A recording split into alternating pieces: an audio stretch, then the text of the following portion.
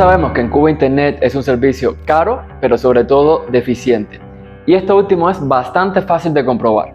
Por ejemplo, de acuerdo con el índice global de Speed Test, en junio de este año, 2023, Cuba tenía el segundo Internet móvil más lento de entre 140 países y la velocidad de banda ancha fija más lenta de entre 180. Es un problema reconocido incluso por la propia Telsa, la única empresa de telecomunicaciones del país. Algunos de sus funcionarios han dicho que la deficiencia del servicio está relacionada con un rápido aumento de la demanda, ya que en 2022 el tráfico de Internet creció un 63% respecto al año anterior. Claro que este aumento ha sido incentivado en parte por la propia Telsa, que ha buscado aumentar sus ingresos multiplicando las promociones de recargas telefónicas desde el exterior. El problema es que esto no se ha traducido en una mayor inversión en la infraestructura de telecomunicaciones. Al contrario, son comunes los reportes oficiales y las quejas de la población sobre la caída del servicio o la baja velocidad de navegación. Ahora bien, como tantos problemas del país, la mala calidad del Internet es resultado de una combinación de varios factores. Por un lado, tenemos decisiones económicas tomadas por el gobierno, como mantener un monopolio del servicio y no permitir apenas la inversión extranjera en el sector. Y por el otro, factores internacionales como la desconfianza mutua entre la isla y su vecino más cercano, Estados Unidos. Todos estos factores inciden directamente sobre una de las causas principales de que el Internet sea tan deficiente en Cuba, la falta de cables submarinos de fibra óptica. En principio, el Internet que usa la mayoría de la población en su vida cotidiana funciona a través de una extensa red de cables submarinos de fibra óptica que atraviesan los océanos conectando países entre sí. No todos tienen la misma capacidad, pero en general mientras más cables tiene un país, mejor es su conectividad. La mala calidad de la conexión en Cuba se debe justamente al hecho de que la isla solo está conectada a dos cables de Internet. El primero es el ALBA 1, que nació en 2009 como fruto de un acuerdo con el gobierno venezolano, entonces liderado por Hugo Chávez. Este cable, que conecta Cuba con Venezuela y Jamaica, comenzó a operar formalmente en 2015 y desde entonces fue el encargado de proveer todo el Internet de la isla, al menos hasta abril de este año, 2023, cuando entró en periodo de pruebas el Arimao, un segundo cable proveniente de la isla caribeña de Martinica. Este segundo cable debería ser una excelente noticia para los cubanos, sobre todo porque, según funcionarios de Telsa, cuenta con una mayor capacidad que el ALBA 1, lo que debería traducirse en una mejor calidad de conexión a partir de este mismo año. Sin embargo, la realidad es que dos cables de fibra óptica siguen siendo muy pocos para un país de 11 millones de habitantes. República Dominicana y Honduras, por ejemplo, que tienen poblaciones muy similares a la de Cuba, están conectadas a 6 y 3 cables respectivamente. Esta es, en esencia, la razón por la cual ambos tienen velocidades de conexión móvil y banda ancha fija considerablemente mejores que las de Cuba, como muestra esta tabla. Entonces, si más cables de fibra óptica se traducen en un mejor servicio, ¿por qué Cuba no busca más de estos cables? Pues esta pregunta no tiene una, sino varias respuestas, y la primera de ellas parece ser la falta de interés real del régimen cubano.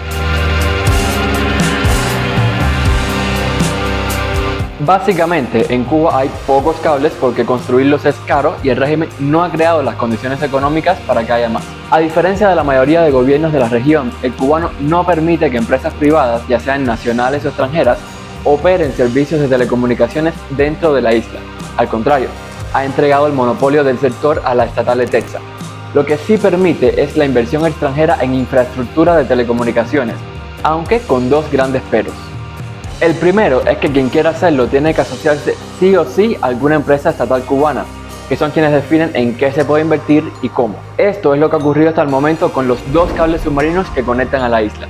El ALBA 1, por ejemplo, fue construido por la estatal Telecom Venezuela en conjunto con la cubana Transbit, y el Arimao, por su parte, es el resultado de un acuerdo entre Telsa y la compañía francesa Orange. Ahora bien, aquí es cuando entra en juego el segundo gran pero, y es que ni siquiera bajo esos términos el régimen parece estar buscando realmente financiamiento para este sector. Solo hay que mirar la cartera de oportunidades de inversión extranjera, un listado oficial de proyectos que las autoridades ofrecen a empresas extranjeras interesadas en hacer negocios en Cuba. Dicha cartera muestra claramente que las telecomunicaciones son mucho menos prioritarias que otros sectores como el turismo o la producción de alimentos. Y es que mientras el gobierno tiene 120 proyectos de inversión en el sector turístico, por ejemplo, en el de las telecomunicaciones solo presenta 8, de las cuales solo una supone una inversión en infraestructura. Se trata de un proyecto de 7.1 millones de dólares para mejorar las redes de conexión a Internet en conjunto con la empresa estatal Cubatel. Aunque no hay mucha más información al respecto, Sí podemos hacernos una idea concreta de la poca importancia que el régimen le da a este tema si tenemos en cuenta que la inversión para este proyecto es más de 3 veces menor que la que el Ministerio de Turismo necesita, por ejemplo, para construir un parque acuático de $25 millones en La Habana. O sea, el problema no es solo que Cuba mantenga el monopolio de las telecomunicaciones en empresas estatales, sino que esas empresas no están buscando realmente grandes inversiones en el sector, o al menos no de manera pública. Claro que esto hace difícil reunir las grandes sumas de dinero necesarias para mejorar y ampliar la infraestructura del país, incluyendo la construcción de cables submarinos. En contraste, la mayoría de cables que conectan a países como República Dominicana y Honduras han sido desplegados por inversores privados o conglomerados empresariales que compiten entre sí por la preferencia de los usuarios, por lo que procuran ofrecerles el mejor servicio. Solo que nada de esto es posible en Cuba, donde los usuarios tienen que conformarse con lo que Telsa decida.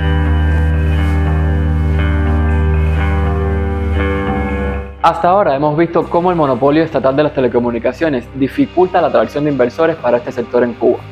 Pero además de eso, hay otro factor importante que lo complica todo, y es que el principal beneficiario de ese monopolio es el Ministerio de las Fuerzas Armadas, el Ejército, que es el accionista mayoritario de Telsa. Veamos qué implicaciones tiene esto. Lo más lógico desde el punto de vista económico sería que Cuba mejorara su acceso a Internet conectándose a alguno de los cables submarinos que parten de la Florida, ya que Estados Unidos es el país continental más cercano. Esto es algo perfectamente posible. De hecho, la ley Torricelli, que el Congreso estadounidense aprobó en 1992 para endurecer el embargo, autoriza todo lo que facilite proporcionar servicios de telecomunicaciones eficientes y adecuados entre ambos países. Esta es una idea que varias empresas estadounidenses han tratado de explotar desde la década de 1990. Sin embargo, este cable no ha llegado a concretarse ni parece que vaya a hacerlo en el futuro visible. Y es que el asunto acá no es legal, sino político.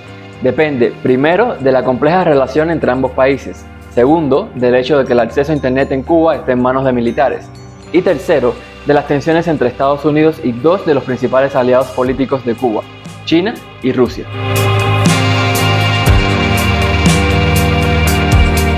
Todo esto quedó demostrado a fines del año pasado, cuando algunas agencias del gobierno estadounidense recomendaron desestimar la última tentativa de conexión entre ambos países.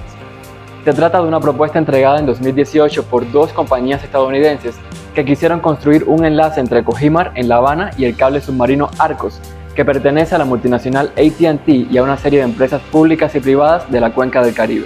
Ambas empresas enfatizaron que su propósito era aumentar los medios para que los cubanos pudieran comunicarse con Estados Unidos y el resto del mundo, algo coherente con las directrices del Cuba Internet Task Force, un grupo de trabajo creado por el Departamento de Estado durante el gobierno de Donald Trump, que ha recomendado apoyar la construcción de cables submarinos para fomentar el acceso a la información y la libertad de expresión de los cubanos.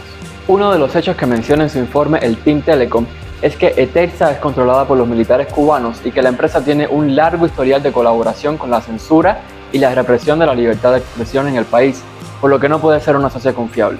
Y claro, el espionaje entre Cuba y Estados Unidos es un tema real y complejo con varios casos públicos solo en las últimas décadas. Sin embargo, no está del todo claro que un cable de fibra óptica entre ambos países pueda suponer un peligro de inteligencia para Estados Unidos. Algunos especialistas, por ejemplo, han asegurado que no hay forma, desde un punto de vista técnico, de que Cuba pueda acceder a datos de ciudadanos estadounidenses solo por tener acceso a un cable de fibra óptica que toca tierra en ese país. En cambio, creen que la decisión del Team Telecom pudo estar movida más por intereses o presiones políticas que por una preocupación real por la seguridad nacional. Y es que, veámoslo así, lo que sucedió con el acceso al cable Arcos es bastante similar al conflicto que tuvieron Cuba y Estados Unidos en 2020 por las remesas. Durante años, el flujo de dinero entre ambos países no tuvo problemas porque las leyes del embargo lo permiten y para Estados Unidos es una cuestión humanitaria. Pero tras la llegada al poder de Donald Trump, Estados Unidos comenzó a sancionar los negocios cubanos controlados por Gaesa, el mayor conglomerado empresarial del ejército, que juega un papel clave en el mantenimiento del régimen y la represión contra la sociedad civil. Uno de estos negocios es el de las remesas, por lo que en 2020 Washington forzó a Western Union a romper su relación con la empresa financiera de Gaesa, Fincimex. El objetivo, al menos en teoría, no era cortar el flujo de las remesas para castigar a Cuba, sino más bien obligar al régimen a entregar este negocio a una empresa civil. Solo que Cuba se negó a ceder a esta presión y el envío de remesas quedó suspendido durante meses, afectando a la población, algo que en principio Estados Unidos no deseaba. Con las telecomunicaciones ocurre algo parecido, y es que evidencian que en la práctica las sanciones estadounidenses pueden tener objetivos contradictorios. Ayudar a mejorar el acceso a Internet en Cuba puede ser positivo para la población y la sociedad civil, algo en lo que varios funcionarios estadounidenses han mostrado interés. Pero también puede significar fortalecer un lucrativo negocio de Gaesa y el régimen, algo que se opone a los intereses de Estados Unidos. Para algunos sectores, afines sobre todo al Partido Demócrata, es más importante lo primero, y para otros, mayoritariamente republicanos, ocurre lo contrario. Sin embargo, cuando lo que está en juego tiene el potencial de afectar la seguridad, ya sea real o percibida, del país, como ocurre con la conexión de cables submarinos, las diferencias entre demócratas y republicanos tienden a difuminarse. Claro que las autoridades cubanas simplifican esta cuestión.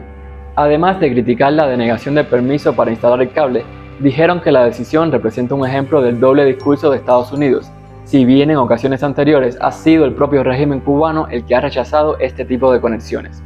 En 2015, por ejemplo, el entonces encargado de comunicaciones del Departamento de Estado, Daniel Sepúlveda, aseguró que el gobierno cubano había desestimado múltiples ofertas para conectar a La Habana y Miami mediante un cable submarino por considerarlo un asunto no prioritario. Ahora bien, la desconfianza respecto a los militares cubanos no es la única razón que ha llevado a Estados Unidos a negar la construcción de un cable submarino. También lo es la creciente presencia tecnológica en Cuba de China y Rusia, sus dos principales adversarios geopolíticos. Para Washington, China y Rusia suponen dos grandes amenazas cibernéticas y de contrainteligencia para su seguridad nacional. De hecho, ambos aparecen junto a Cuba en la lista oficial de lo que Washington denomina adversarios extranjeros.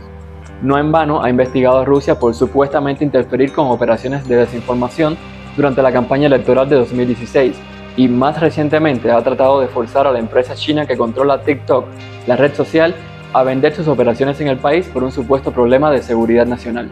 Incluso algunos estados, casi todos gobernados por republicanos, han prohibido a los funcionarios públicos descargar la aplicación en sus teléfonos o computadoras por temor a que el gobierno chino acceda a su información.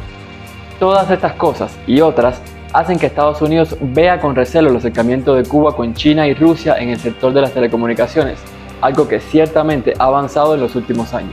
En 2019, por ejemplo, Cuba y Rusia firmaron un acuerdo para fortalecer la cooperación en la esfera de las telecomunicaciones y la ciberseguridad. China, por su parte, financió parcialmente los $70 millones que costó el cable submarino que une a Cuba con Venezuela y tiene empresas como Huawei proveyendo software y tecnología de Texas. Además, recientemente el Wall Street Journal publicó que China habría llegado a un acuerdo con Cuba para instalar una base en la isla desde la que podrían interceptar telecomunicaciones originadas en Estados Unidos a cambio de un pago de miles de millones de dólares. Tras la publicación, el vicecanciller cubano Carlos Fernández de Cosío dijo que la noticia era falsa. Mientras tanto, un vocero del Consejo de Seguridad Nacional de la Casa Blanca se limitó a decir que la información no era precisa, si bien recalcó que la relación entre China y Cuba sí es un tema que preocupa a los Estados Unidos. El punto es que toda esta problemática alrededor de Internet pone de relieve la desconfianza que suele permear la relación entre Cuba y Estados Unidos. Washington suele hablar de la necesidad de mejorar las telecomunicaciones cubanas para así impulsar la democratización de la isla, pero luego toma decisiones basadas principalmente en sus intereses o en su seguridad nacional. Además, critica la dependencia de Cuba del suministro de tecnología china, pero no hace más selectivas las sanciones para que Cuba pueda comprar su tecnología en Estados Unidos y no en China, por ejemplo, algo que ha planteado incluso el Cuba Internet Task Force. Y del otro lado está Cuba, que critica y usa a Estados Unidos como chivo expiatorio de todos sus problemas. Si Washington se acerca con propuestas de conectar ambos países, no es una prioridad. Si promueve el Internet en Cuba, es injerencia. Y si deniega la instalación de un cable submarino, entonces es incoherente. Además de presentarlo como el causante de que Cuba no pueda mejorar su conexión internacional, algo que, como ya vimos, no es del todo cierto y en realidad no sucede por toda una serie de motivos, algunos de ellos responsabilidad del propio régimen. Mientras tanto, para la población cubana lo único que parece seguro es que su internet seguirá siendo uno de los más lentos del mundo y que tendrán que seguir pagando a Telsa unos precios demasiado caros por un servicio que deja mucho que desear.